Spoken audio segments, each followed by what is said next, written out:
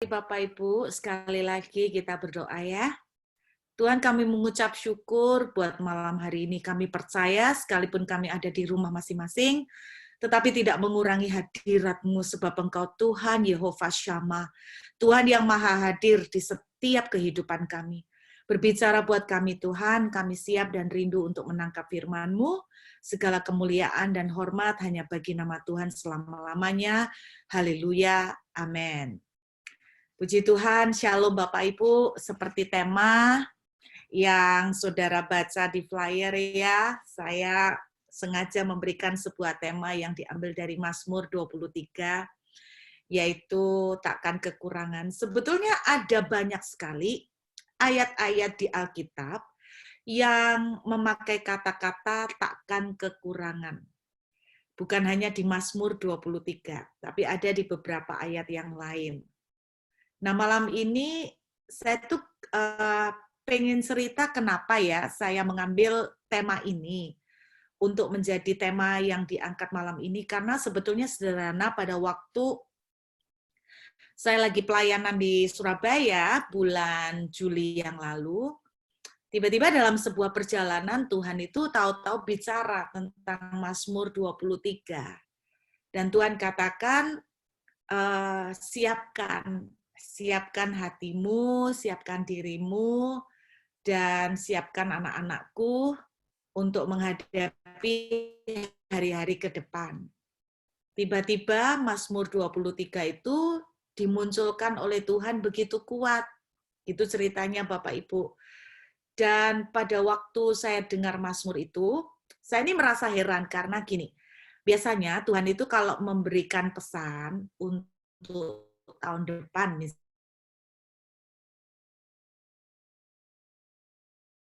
misalnya, itu saya selama ini dapatnya tuh sekitar Oktober, November, Mazmur 23, di mana Tuhan itu mengingatkan bahwa keadaan ke depan itu akan tidak mudah. Ada seorang bisnismen, pengusaha, ngobrol nih di mobil. Dia bilang begini, Bu Ruth, tahu nggak kalau keadaan Indonesia ini sebetulnya sekarang ini lagi susah. Saya bilang, oh iya Tako, iya loh Bu Ruth, sekarang ini orang-orang itu banyak yang lagi soro, bahasanya orang Surabaya ya, lagi soro. Dan yang saya khawatirkan nanti menjelang akhir tahun tambah soro. Dia bilang begitu Bapak Ibu. Nah, saya nggak tahu apakah analisanya ini benar apa enggak, tapi saya memang mendengar dari banyak jemaat yang konseling, dari orang-orang yang waktu itu punya kesempatan saya ketemu, itu mereka rata-rata 90% lagi susah Bapak Ibu. Kalau enggak susah karena kehilangan pekerjaan, atau karena enggak nutut ya, karena omset, atau karena orderan merosot, sehingga enggak nututi dengan perputaran kebutuhan, bahkan ada banyak juga yang enggak nututi dengan apa ya itu namanya bunga bank. Beberapa sampai pada waktu masa COVID lagi susah-susahnya, sampai kejebak juga ya, karena stres, kejebak juga dengan tawaran money game. Saya enggak tahu, tapi dengar-dengar namanya dulu itu robot ya. Jadi ada cukup banyak yang menaruh uang di situ, Bapak Ibu. Jadi itu yang terjadi, Saudara ya. Jadi saya memang melihat kok banyak orang yang soro, banyak orang yang susah. Nah, terus yang ironisnya itu gini, dari orang-orang yang konseling soal keuangan, ini rata-rata pertanyaannya sama, Bapak Ibu, dan saya pikir mungkin ada di antara saudara yang hadir di malam ini juga punya pertanyaan mirip. Pertanyaannya apa? Pertanyaannya tuh gini, Bu Ruth, ini kita ini kan lagi susah. Enaknya kerja apa, Bu Ruth? Saya ini enggak punya modal. Nah, ini di PHK. Nah, yang di PHK nanya, kerja apa, Bu Ruth? Saya usaha dewek enggak punya modal. Terus yang enggak di PHK, yang omsetnya turun juga tanya, ya apa Bu Ruth? usaha saya omsetnya terjun bebas sih. Saya mesti kerja apa lagi yang bisa untuk nambali. Nah, semua pada tanya kerja apa, kerja apa. Nah, terus terang Bapak Ibu, saya nggak bisa jawab. Kenapa? Ada yang saya baru dapat beberapa orang DM saya kaget juga, mereka bilang, saya baru tahu Bu Ruth itu 1-2 minggu ini. Nah, mungkin bagi yang baru tahu saya ini pengen rangkan sedikit aja, nggak usah panjang-panjang. Saya itu sudah 2 tahun lebih kemarin, itu dari tahun 2020 bulan Maret, saya itu terkunci di Australia sebagai turis. Jadi visa yang saya punya maupun suami itu tidak mengizinkan kami kerja. Jadi kalau boleh saya terus terang 2 tahun itu kami tidak kerja. Bapak Ibu, kami betul-betul murni pengangguran. Pengacara, pengangguran banyak acara, saudara ya.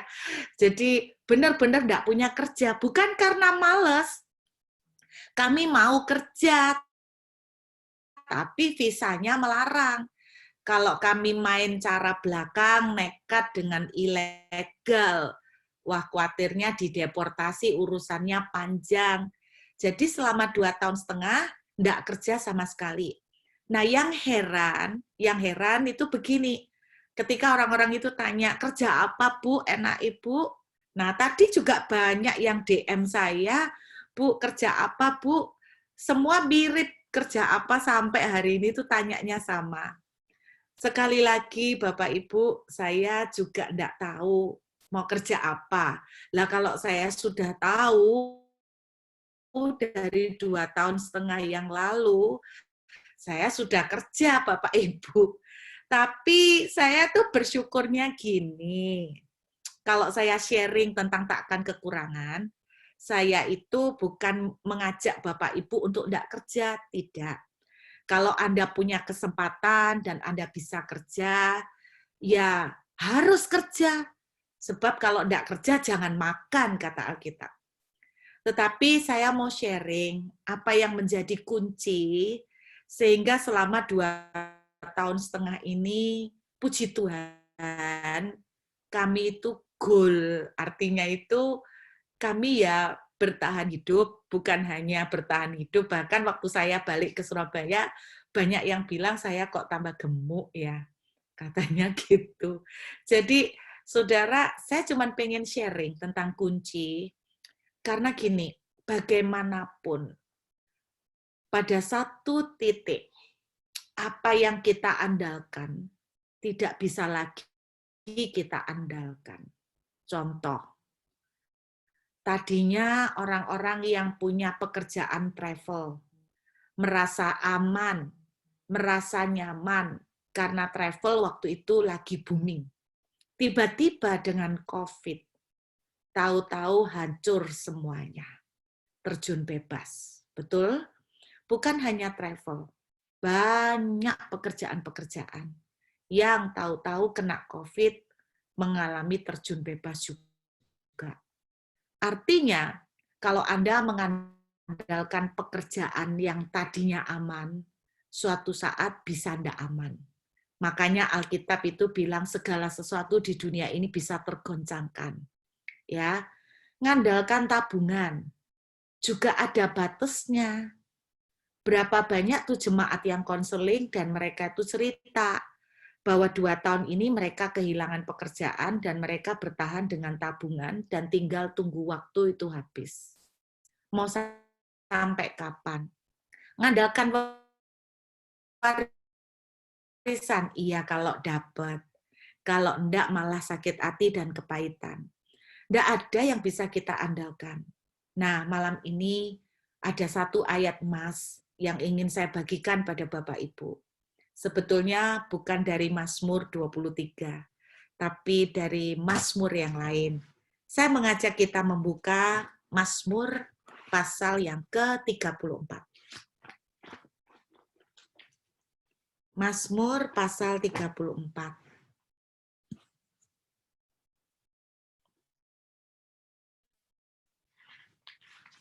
Mazmur pasal 34.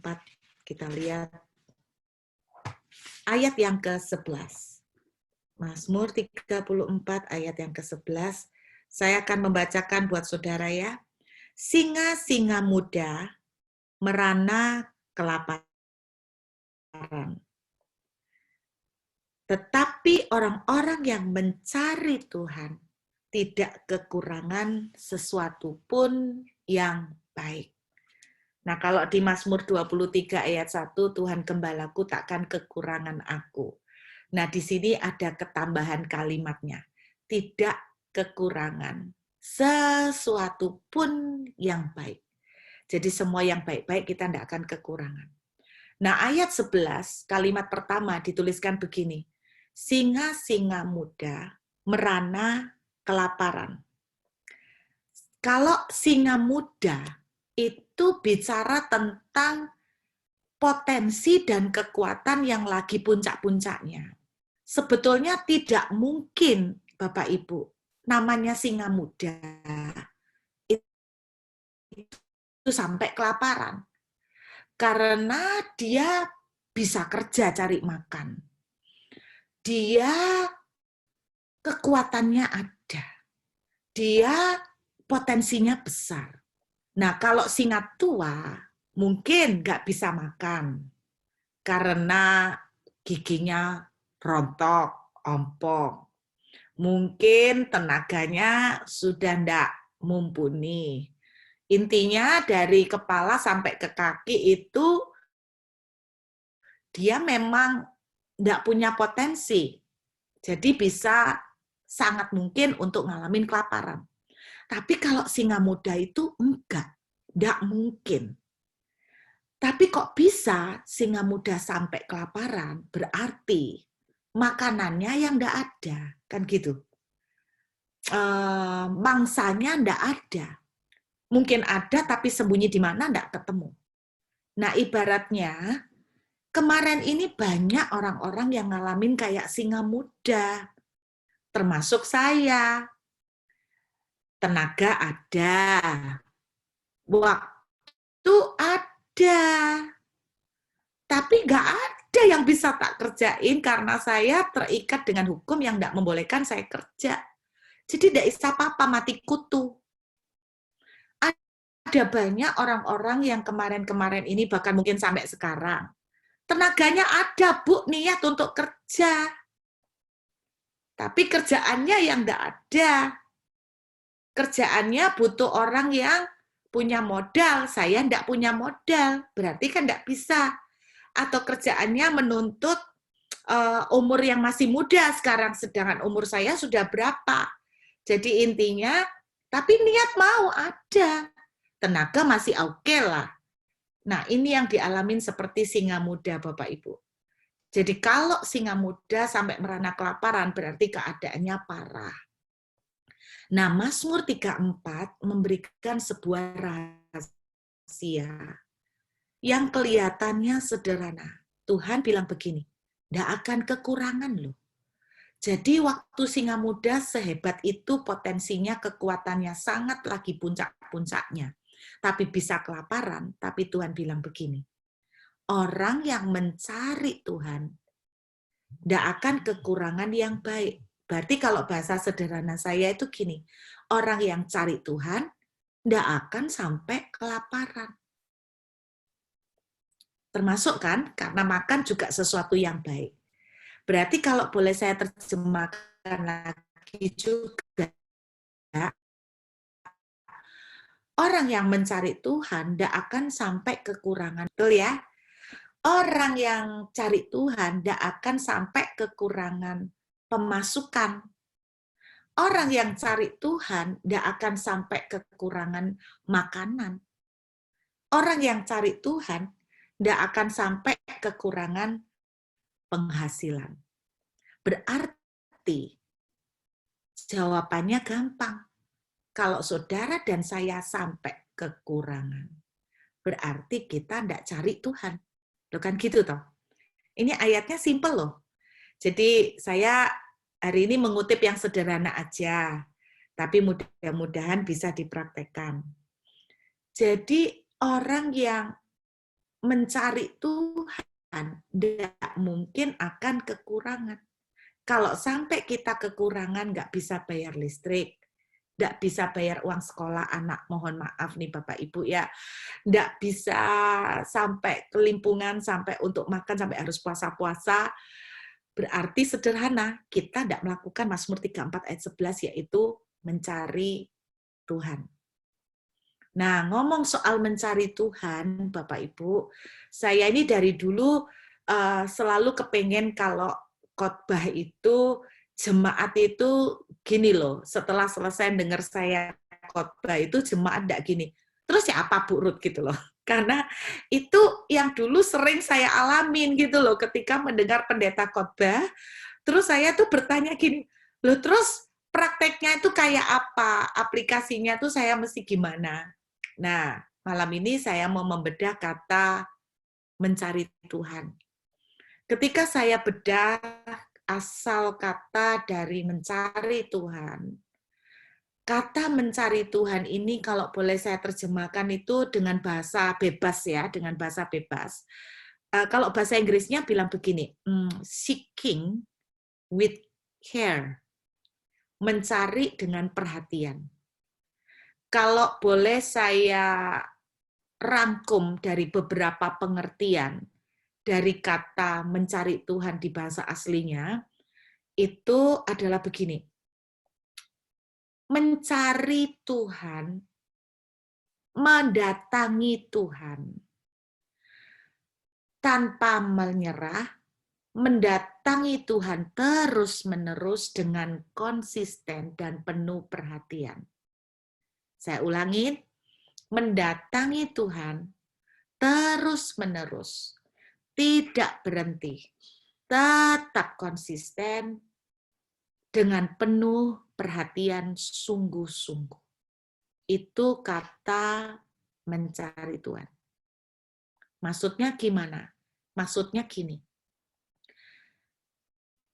merasa dilawat atau tidak dilawat, kita tetap mendatangi Tuhan. Merasa ngerti tidak ngerti, tetap baca Alkitab. Merasa dapat atau tidak dapat apa-apa, tetap berusaha untuk ibadah. Merasa kerenyeng-kerenyeng ataupun enggak, tetap mengupayakan mendatangi Tuhan dalam penyembahan.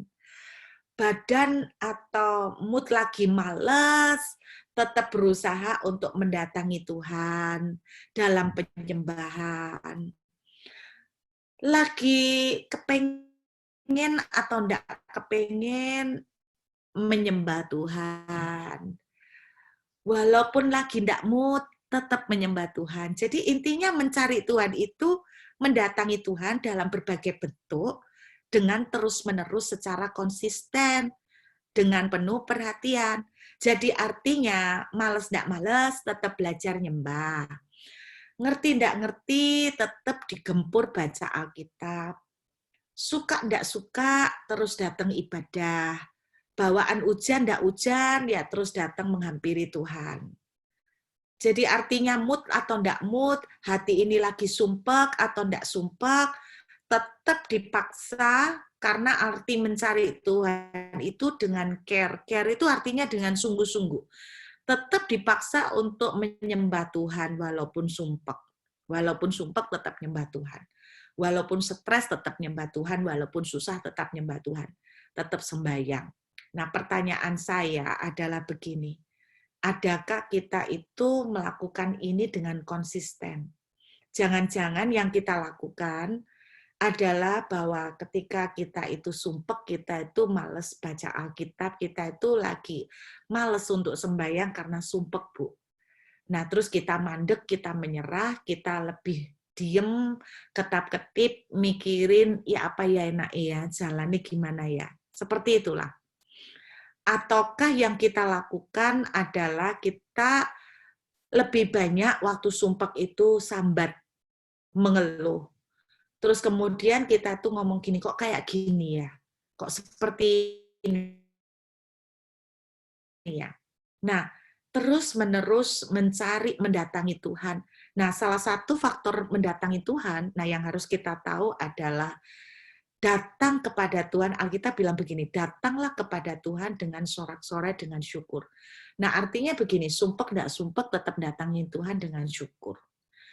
Stres enggak stres tetap berusaha untuk mengangkat tangan untuk menyembah Tuhan dengan ucapan syukur dan iman. Walaupun hati itu rasa berat. Maka janji Alkitab, janji firman Tuhan, Anda enggak mungkin kekurangan. Bapak Ibu kelihatannya simple, tapi yang sederhana aja seringkali kita enggak lakukan.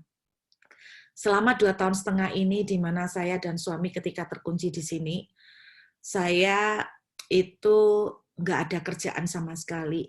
Dan kalau Anda bilang, apakah Bu Ruth sama sekali nggak pernah sumpek kah? Karena Bu Ruth mungkin imannya kuat.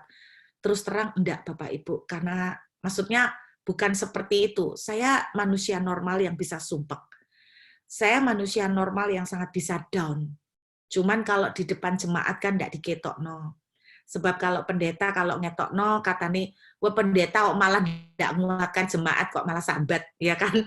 Jadi di depan jemaat nggak boleh sambat, Bapak Ibu ya. Tapi ketika pertama kali terkunci, itu rasa panik saya muncul karena kan nggak nyangka kalau tiba-tiba Australia itu nutup. Nutup itu dalam arti yang di dalam juga nggak boleh keluar loh.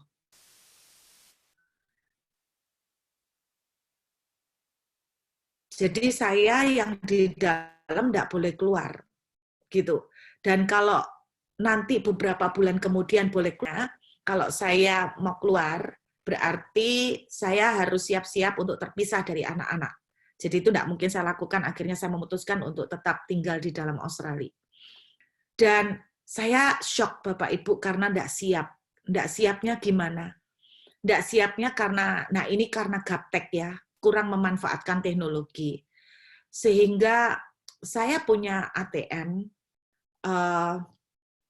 ATM itu saya istilahnya gini, ATM itu yang punya tabungan yang cukup besar, itu saya tinggal di Indonesia, dan yang saya bawa di sini adalah ATM yang untuk operasional sehari-hari.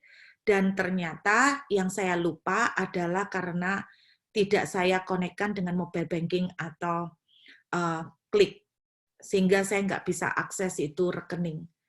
Lalu sempat kalap, sempat pusing, sempat panik, karena kita ya apa ini ke depan, makannya pakai apa, ngambil duit ya apa. Paling enggak kalau bisa ngakses pakai mobile banking, saya bisa beli dolar. Mungkin dari dolar itu bisa diakses untuk di sini. Tapi karena enggak ada mobile banking, enggak bisa. Wah, panik Bapak Ibu, terus terang panik. Apa yang saya lakukan cuma sederhana, saya cuma masuk kamar. Ya, nangis Bapak Ibu. Nangisnya bukan karena iman sih, saya terus terang nangisnya karena takut. Tapi saya tuh ngomong gini, Tuhan, secara manusia aku takut. Secara manusia aku enggak tahu apakah aku bisa bertahan. Tapi firman-Mu bilang, anak orang benar enggak sampai minta-minta. Jangan sampai aku minta lu Tuhan. Sebab kalau sampai aku minta-minta, aku tuh malu-maluin nama Tuhan. Itu yang sering saya lakukan Bapak Ibu, saya sering menangis. Jadi kalau ranjang ini bisa bersaksi, saya banyak menangis Bapak Ibu. Tapi itu yang terjadi tiba-tiba Tuhan bisa buat mujizat di sini selama 2,5 tahun itulah singkatnya saya tuh ngalamin seperti Elia, tiba-tiba ada burung gagak yang dikirim oleh Tuhan. Burung gagak ini berbicara tentang orang-orang yang tidak saya kenal, yang katanya nih Bapak Ibu, mereka dengar suara, katanya suruh ambil duit untuk dikasih kepada hambanya Ruth. Ada yang mereka dikasih lihat wajah saya, mereka sempat lihat di YouTube, terus kemudian terbayang-bayang wajah saya, Bapak Ibu. Jadi ceritanya seperti itu. Singkatnya, setiap kali ada sesuatu keperluan yang saya terima, yang saya hadapin, itu yang selalu saya jumpai Bapak Ibu. Saya melihat keajaiban demi keajaiban selama 2,5 tahun. Bentuknya tidak selalu duit Bapak Ibu, tapi bentuknya macam-macam. Karena 2,5 tahun ini memang saya tidak kerja. Sama seperti cerita Elia ya, ketika dikasih makan burung gagak, waktu burung gagaknya berhenti ngasih makan, Tuhan mengirimkan janda Sarfat. Dan itu sungguh-sungguh nyata Bapak Ibu terjadi dalam kehidupan kami sekeluarga 2,5 tahun ini. Makanya selama 2,5 tahun ini gara-gara anak-anak saya itu melihat nyata bagaimana Tuhan itu bekerja secara ajaib. Gara-gara itulah anak-anak saya semakin sama Tuhan itu semakin berapi-api, semakin membara buat Tuhan. Nah, malam ini itu yang saya mau sharingkan Bapak Ibu, bahwa menurut firman Tuhan, kalau kita sungguh-sungguh menghampiri Tuhan, kalau kita sungguh-sungguh datang mencari Tuhan, kalau kita dengan tekun, istilahnya mungkin dengan konsisten, nggak bolong-bolong, istilahnya seneng nggak seneng, kita tetap mencari Tuhan, kita tetap mendatangi Tuhan. Nah, banyak orang itu baru datangin Tuhan ketika lagi kepepet dan sumpek.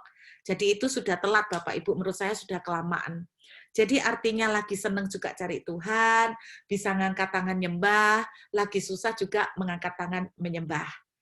Nah, saudara, inilah salah satu kunci yang simple sekali, yang saya kepengen Bapak Ibu belajar, yuk, praktekkan.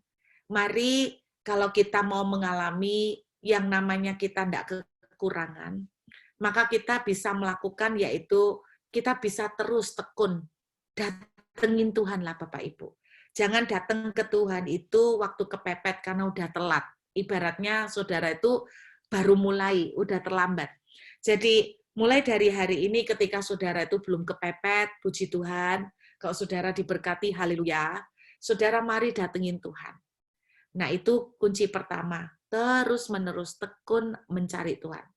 Nah, yang kedua, kita lihat ayat 10, kita mundur sebentar ya Bapak Ibu, di ayat yang ke-10. Kita lihat sebentar di ayat yang ke-10. Mari kita lihat Mazmur 34 ayat yang ke-10. Takutlah akan Tuhan, hai orang-orangnya yang kudus, sebab tidak berkekurangan. Nah, Anda lihat lagi, ada kata tentang tidak kekurangan. Bagaimanakah orang yang tidak kekurangan? Satu, tadi tekunlah, tekun cari Tuhan itu tanpa berhenti. Jadi, kepengen nyembah, terus nyembah. Oke? Yang kedua, takutlah akan Tuhan, hai orang yang kudus, sebab tidak berkekurangan orang yang takut akan Dia.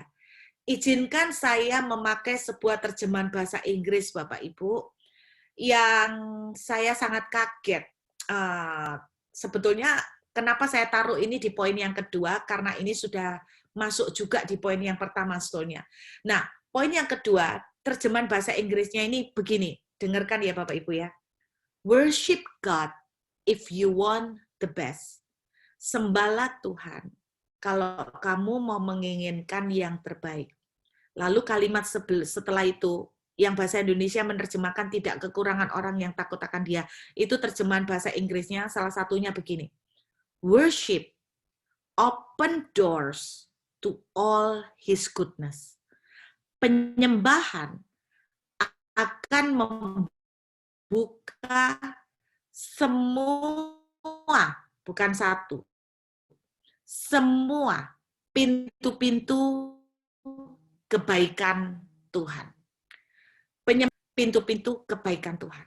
Pintu kebaikan Tuhan apa yang ingin Bapak Ibu buka? Kesembuhan, menurut Mazmur 34 ayat 10, menyembahlah. Pintu kebaikan Tuhan apa yang ingin saudara buka? Pemeliharaan keuangan, menyembahlah. Pekerjaan, menyembahlah.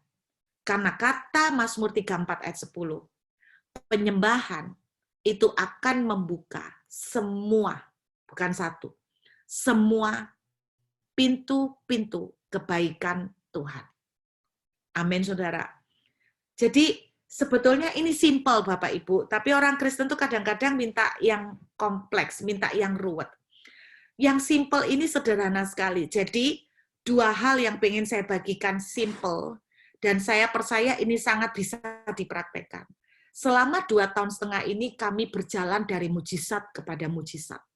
kami melihat yang namanya keajaiban supranatural itu terjadi hampir setiap hari dalam kehidupan keluarga kami. Saudara, dari soal sepele misalnya, satu kali anak saya itu kepingin sekali beli pohon Natal waktu Natalan Desember tahun lalu ini. Dan terus terang kami itu gini loh, uang duit aja kita mesti ngatur, gimana kita perlu beli pohon Natal. Jadi itu bukan keperluan yang penting. Sedangkan keperluan yang lebih penting adalah bayar biaya sekolah, uang makan. Nah, itu soal sepele. Anak saya tuh kepengen sekali punya pohon Natal. Dan kita tuh melihat pohon Natal tuh harganya berapa. Saudara, dia itu datang sama Tuhan. Dia tuh cuma bilang, Tuhan, Janice tuh pengen punya pohon Natal. Cuman gitu aja. Tapi anak saya ini dua-dua, saya bersyukur. Mereka berdua adalah orang-orang yang suka sekali menyembah. Saudara, sampai di rumah kami yang dulu, ini kami baru menempati tempat baru sekitar tidak sampai 2 minggu. Di rumah kami sebelumnya yang dipinjamin, itu satu kali pernah didatengin seorang nabi Tuhan. Tiba-tiba orang bule, tiba-tiba dia bilang gini, Ruth, aku mau datang ke rumah kamu ya. Masa saya tidak boleh?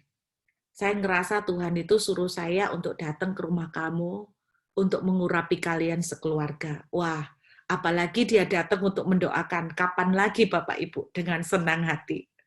Pada waktu dia datang ke rumah yang kami tempati waktu itu, dia itu kaget dan dia itu melongo ketika masuk ke rumah kami. Kenapa? Dia bilang begini, dia ngomong, kok aneh ya di rumah kami itu dia melihat seperti portal, seperti kayak tangga yang seperti dilihat oleh Yakub. Dia melihat tangga dari langit itu turun ke rumah yang kami tempati. Dan dia itu bilang begini, kok di sini tuh ada tangga dari surga itu turun ke rumah ini. Dan dia bilang begini, apakah kalian itu di rumah ini melakukan sesuatu sehingga membuat rumah ini tuh kok seperti kayak istilahnya itu ada portal dengan surga. Dan saya tuh melihat begitu banyak malaikat yang turun, naik, bawa barang banyak, gantian. Wah, waktu dia ngomong gitu, saya tuh terharu Bapak Ibu.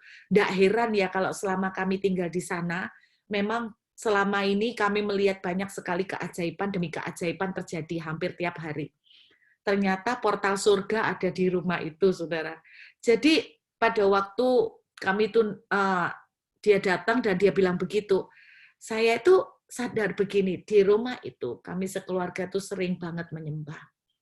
Nah, kami baru menempati rumah ini 2 minggu, belum sampai, nggak ada meja, nggak ada kursi, jadi belum apa-apa, semua ngelempoh, Bapak Ibu. Makan pun di bawah. Jadi, terus terang, kami rindu apa yang kami lakukan di rumah yang lama, yaitu ketika kami menaikkan pujian penyembahan. Hampir setiap hari saya dan anak-anak dan suami itu kami selalu menaikkan penyembahan.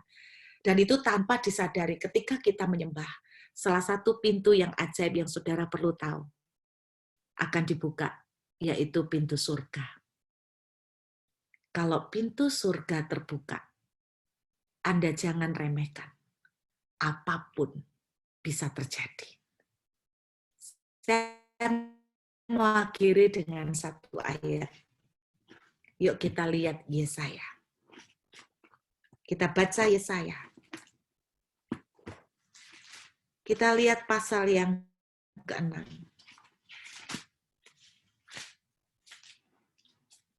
Dalam tahun matinya Raja Uzia. Dalam tahun matinya Raja Uzia. Aku melihat Tuhan duduk di atas tahta yang tinggi dan menjulang, dan ujung jubahnya memenuhi bait suci. Para serafim berdiri di sebelah atasnya, masing-masing mempunyai 6 sayap. Jadi Yesaya itu tiba-tiba mendapat satu penglihatan. Nah, saya mau langsung lompat. Perhatikan ayat 3. Dia melihat orang itu banyak sekali menyembah, dan mereka berseru seorang kepada seorang katanya, Kudus, kudus, kuduslah Tuhan semesta alam. Seluruh bumi penuh kemuliaannya. Perhatikan, Yesaya tuh melihat ada suasana penyembahan. Nah, lihat, ada suasana penyembahan. Ayat 4, maka bergoyanglah alas ambang pintu. Disebabkan suara orang yang berseru, dan rumah itu pun penuh dengan asap. Perhatikan saudara, ketika ada penyembahan, maka surga itu akan turun ke bumi. Kalau Anda seringkali mendengar doa, datanglah kerajaanmu di bumi seperti di surga. Kalau Anda selalu berdoa meminta Tuhan, biarlah surga turun ke bumi. Maka yang terjadi adalah seperti Yesaya 6. Bagaimana cara membawa surga turun ke bumi? Worship, penyembahan. Amin, saudara. Di dalam Kisah Rasul pasal 16, juga diceritakan tentang Paulus dan Silas yang dibelenggu di penjara. Dan ketika mereka menyembah, Alkitab menuliskan, penjara itu goyang. Belenggu mereka terlepas. Saya percaya ketika saudara dan saya menyembah, maka belenggu-belenggu yang membelenggu keuangan kita itu juga terlepas.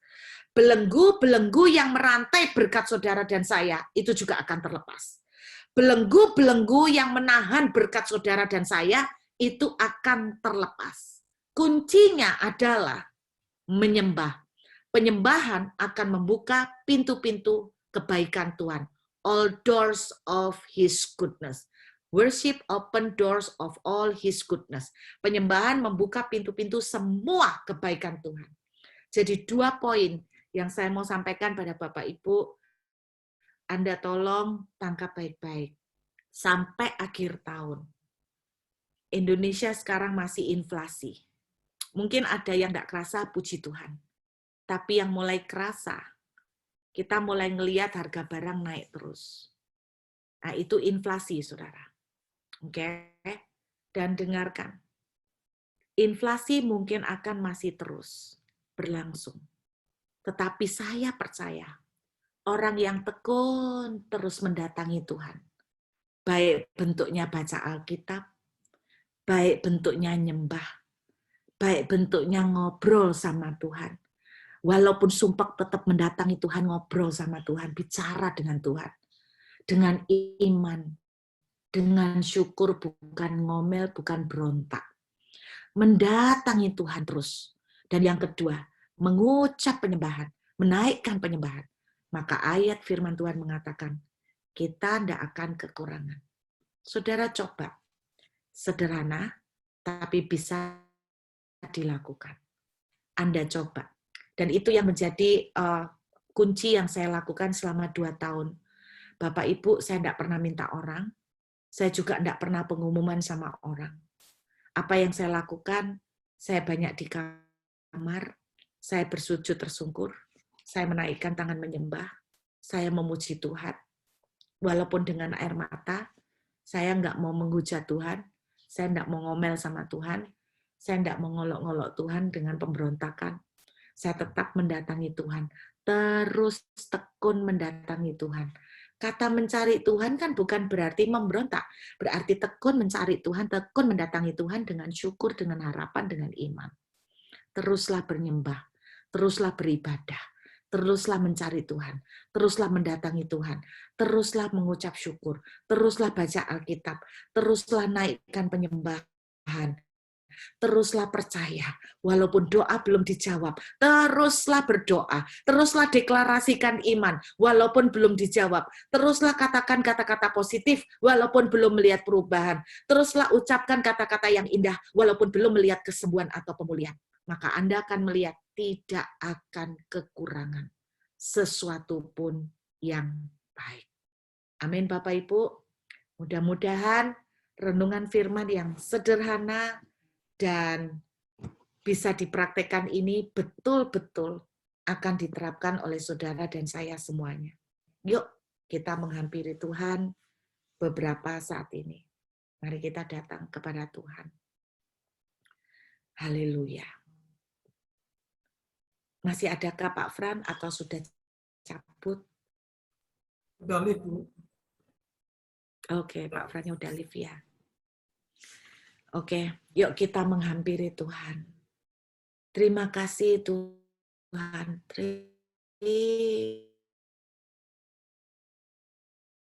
Kami datang kepadamu malam hari ini dengan ucapan syukur. Engkau melihat setiap hamba-hambamu Tuhan. Engkau melihat setiap anak-anak. Bapa, apapun yang sedang menjadi doa mereka. Aku berdoa Tuhan, sungguh, tangan Tuhan tidak kurang panjang untuk memberikan pertolongan. Biarlah setiap yang hadir di Zoom ini, Tuhan Engkau buka jalan. Melihat bahwa mereka itu kepunyaan-Mu. Bahwa Allah yang mereka sembah adalah Allah yang hidup, bukan Allah yang sekedar cuman sebutan. Tapi Allah yang sungguh nyata, Allah yang sungguh betul-betul bisa menjadi contoh dan menjadi kesaksian yang luar biasa. Hamba berdoa untuk setiap anak-anak. Tuhan, Engkau memberkati mereka. Aku berdoa memberkati persekutuan doa ini, Tuhan. Bukan hamba percaya tidak ada taburan yang sia-sia. Semua yang mereka pekerjakan, semua yang mereka lakukan, Tuhan adalah Tuhan yang tidak pernah mau berhutang. Engkau memberkati Bu Marcella sebagai leader, sebagai pemimpin Tuhan. Untuk sungguh-sungguh boleh takut akan Tuhan. Boleh seperti orang Isakar mengikuti Tuhan. Tuhan, terima kasih. Biarlah kata-katamu adalah kata-kata yang penuh dengan ucapan positif.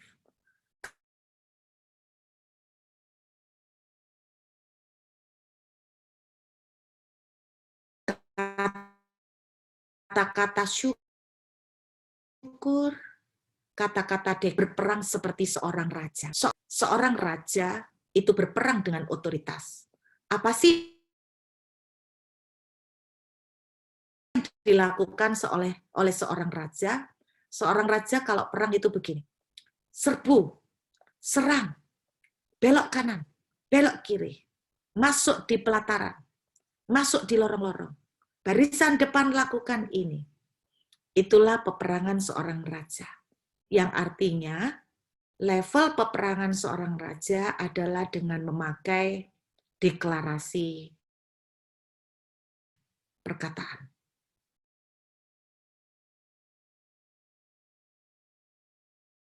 Karena itu, masuklah.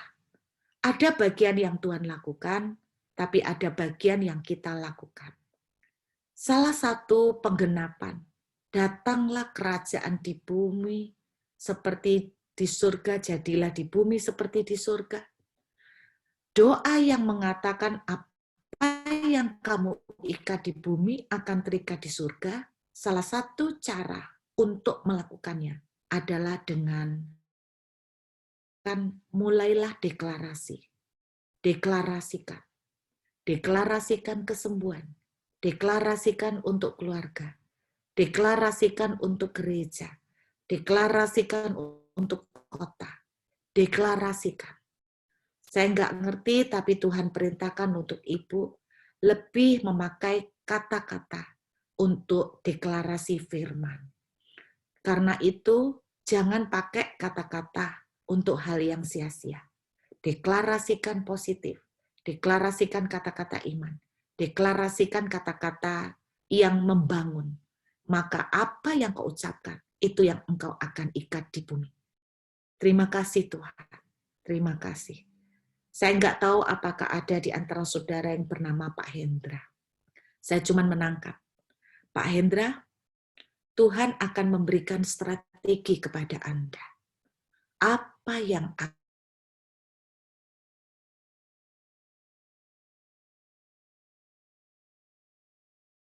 ini berkaitan dengan pekerjaan.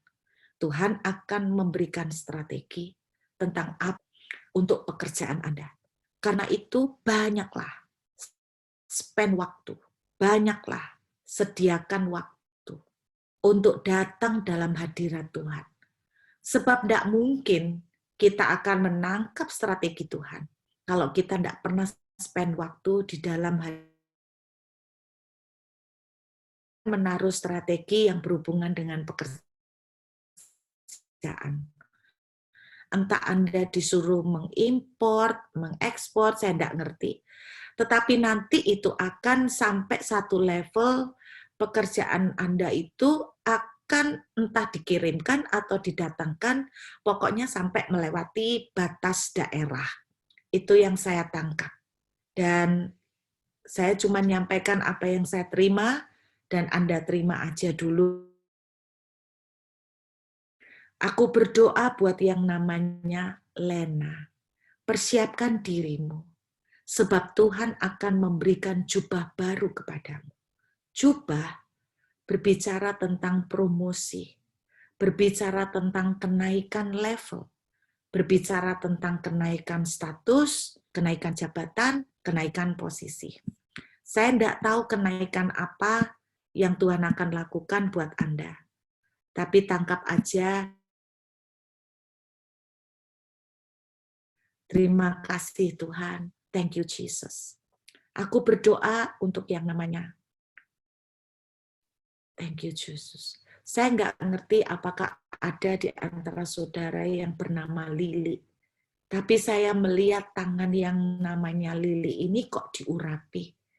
Engkau akan membangun pekerjaan baru yang melibatkan tanganmu. Artinya tuh gini, tanganmu akan dibuat kreatif sekali, sehingga apa yang dikerjakan tanganmu ini cepat sekali akan menghasilkan duit, dan akan menghasilkan cukup besar. Saya cuma melihat tangan ini diurapi, tangan ini akan mengerjakan pekerjaan yang diberkati. Bukan cuman sekedar menjadi seseorang yang berdiri di belakang, tetapi tangan ini akan diberkati, dan tangan ini akan notoi pekerjaan dengan cara yang cepat sekali, tatak, dan tangkas. Ini yang Tuhan kasih. Tangkap aja dulu dengan iman percaya. Terima kasih Bapak, terima kasih Tuhan.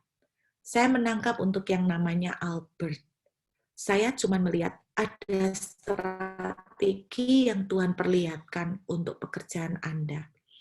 Yaitu, Pak Albert, saya tuh cuma nangkep gini, ketika saya tuh pernah ngomong soal strategi sama anak rohani saya, dan anak rohani saya melakukan, dan 1 tahun dia ngerjakan itu, dan hasilnya luar biasa. Nggak gampang Tuhan kadang kasih strategi. Saya sendiri seringkali ketika Tuhan kasih strategi, nggak mau nurut, tapi saya cuma mau sampaikan. Saya melihat sebuah strategi yang dibukakan Tuhan untuk Anda. Saya melihat sebuah penglihatan seperti sebuah gambar peta, di mana di gambar peta ini saya melihat seperti sungai-sungai kecil itu persis di gambar peta, itu yang nyebar ke berbagai arah. Pak, saya tidak tahu apa yang Bapak kerjakan, atau apa yang Bapak akan kerjakan. Tapi saya dikasih lihat tentang strategi. Strategi ini seperti orang yang sungai dari hulu ke hilir, itu yang merambat kemana-mana, yang menjangkau kemana-mana ke berbagai arah. Saya tidak tahu Pak, apa realistisnya, tapi itu yang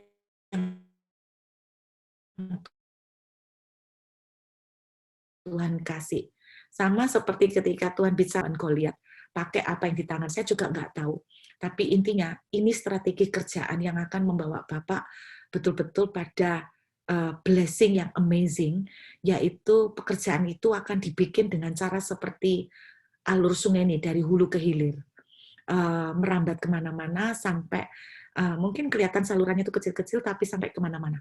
Itu yang saya lihat, Pak. Tangkap aja dulu dengan iman percaya. Terima kasih Bapak, kami ucap syukur.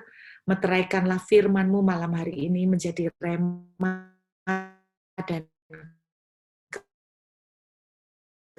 kekuatan buat kami. Hamba kembalikan segala kemuliaan Yesus sampai selama-lamanya. Di dalam nama Yesus, haleluya, amin. Saya kembalikan kepada host, kepada Nuari.